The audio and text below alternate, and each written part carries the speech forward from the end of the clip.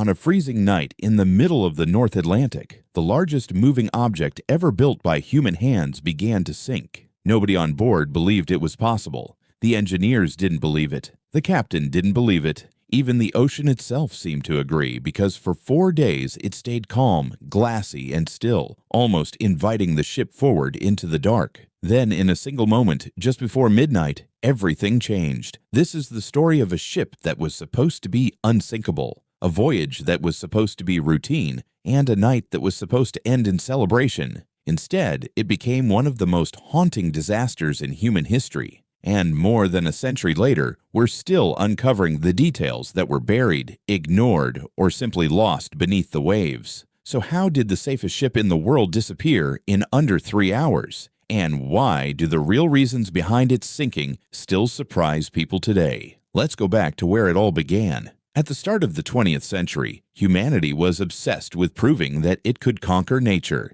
Trains crossed continents, electricity lit up cities, and on the oceans, shipping companies were locked in a fierce competition to build vessels that were bigger, faster, and more luxurious than anything the world had seen before. This ship was meant to be the crown jewel of that competition. It stretched longer than 2 football fields. It weighed over 46,000 tons. Inside, it carried opulent dining halls, a heated swimming pool, a gymnasium, and staterooms so lavish they rivaled 5-star hotels on land. For the wealthy, it was a symbol of status. For the working-class passengers crammed into the lower decks, it represented something even more powerful, a chance at a new life in a new country. Everyone wanted to be part of its story. Newspapers described it in almost mythical terms. Engineers called its design revolutionary. And the public, hungry for wonder, believed every word. This wasn't just a ship, it was a statement. Proof that human ingenium had finally tamed the ocean.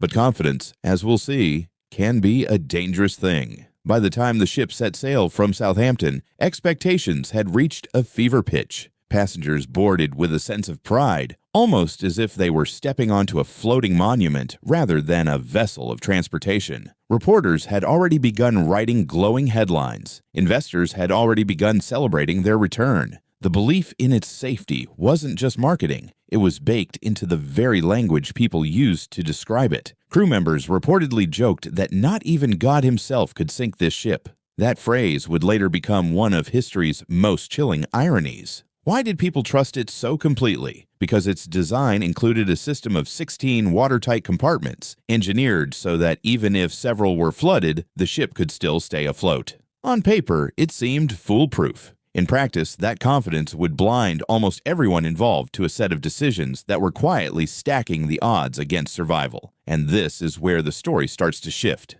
In the days following departure, several warnings began arriving, though almost nobody paid them the attention they deserved. Wireless operators received multiple messages from nearby ships, cautioning about ice fields forming unusually far south for the time of year. Some of these warnings were logged. Others were casually set aside, buried under a pile of passenger telegrams because the wireless system was overwhelmed with personal messages from wealthy travelers eager to boast about their voyage. Meanwhile, the ship was cutting through the water at a striking pace, nowhere near its top speed, but fast enough that stopping quickly would be nearly impossible if a large obstacle suddenly appeared. Why maintain that pace despite the warnings? Because slowing down wasn't just a technical decision, it was a business one. Arriving early meant good publicity. Reduced risk of ice wasn't seen as reason enough to sacrifice that advantage. Confidence in the ship's design created a dangerous assumption. That speed was safe, because the vessel itself was believed to be nearly indestructible. At this point, it seemed like nothing could go wrong. But then, just before midnight, a lookout spotted something enormous rising out of the darkness ahead. The iceberg appeared suddenly, almost like a shadow stepping out of nowhere. With visibility limited by calm seas, ironically, rough water would have created waves breaking against the ice, making it easier to spot from a distance. The crew had only seconds to react. The order came fast: turn hard, reverse the engines. For a moment, it seemed like they might succeed. The ship began to swing away from the ice, but the vessel's sheer size worked against it. Something this massive couldn't change direction quickly enough to avoid a graze along it.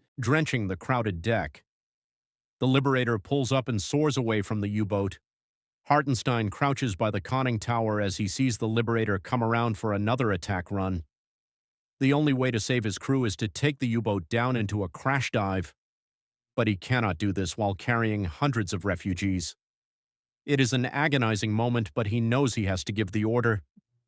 Cut the lifeboats loose! One of his sailors runs to the rear and starts chopping through the ropes with an axe. A blade comes slicing down, severing the connection with one of the lifeboats. 2 more to go. The sailor dashes over and smashes down on another rope. He cuts halfway through, but the rope is too thick. Raising the axe high, he goes to swing again, but it is not quick enough. The Liberator is already screaming in for another attack run. Hartenstein throws himself onto the deck as another bomb comes whistling down from the aircraft. This time it's a hit. A massive, deafening explosion tears one of the lifeboats to pieces, killing several men instantly. Splinters of wood and a cloud of shrapnel fly up into the air, and Hartenstein stares in horror at the destruction.